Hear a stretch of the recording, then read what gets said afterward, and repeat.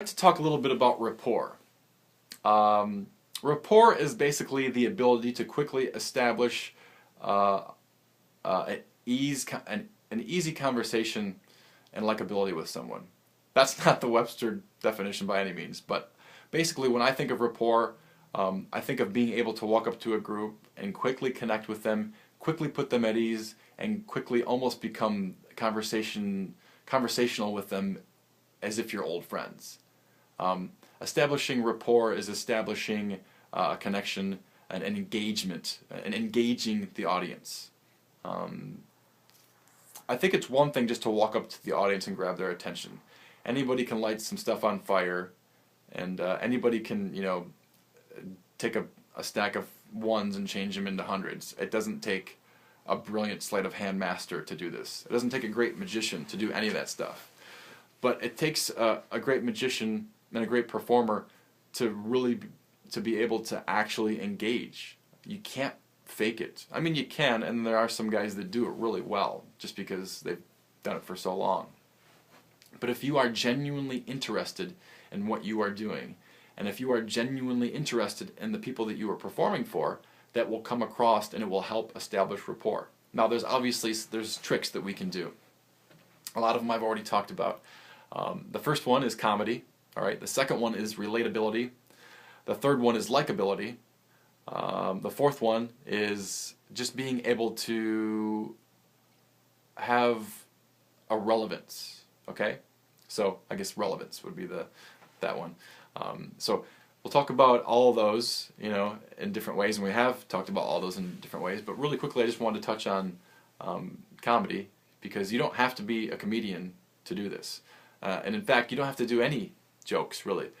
But I just personally think that that's one of the easiest ways to get people to loosen up and to like you, and to want to see more.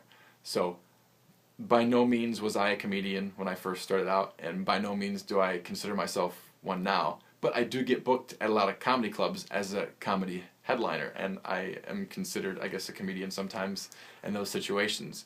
But I still, first and foremost, want to be a magician, and I want to be booked as a magician.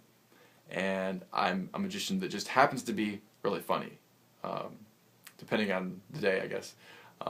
But I guess my point is, I've never found an easier way to get people to relax other than comedy. And sometimes it could just be something you hold in your hand. It could be a prop. It could be like the fake hand that we mentioned earlier.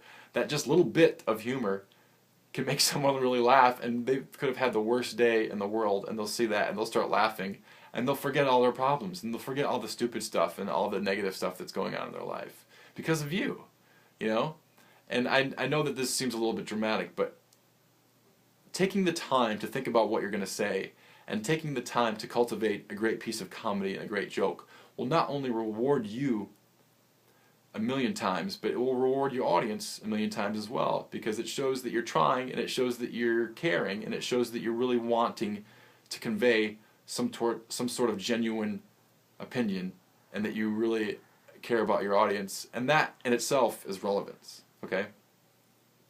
And when I say relevance, I mean, what is he talking about that has any relation to me? Okay? So that's why I'm trying to constantly use common denominators like money or a credit card or just a really simple joke, I wouldn't usually, recommend this, but if you just walked up on stage and farted, everybody would probably laugh, and that would be a great opener. It's not my style, but I'm just trying to prove a point here. It's that commonalities and generalities that people can relate to will help you with your opener. Okay? So that's why money and fire and jokes and really visual pieces of magic are always good.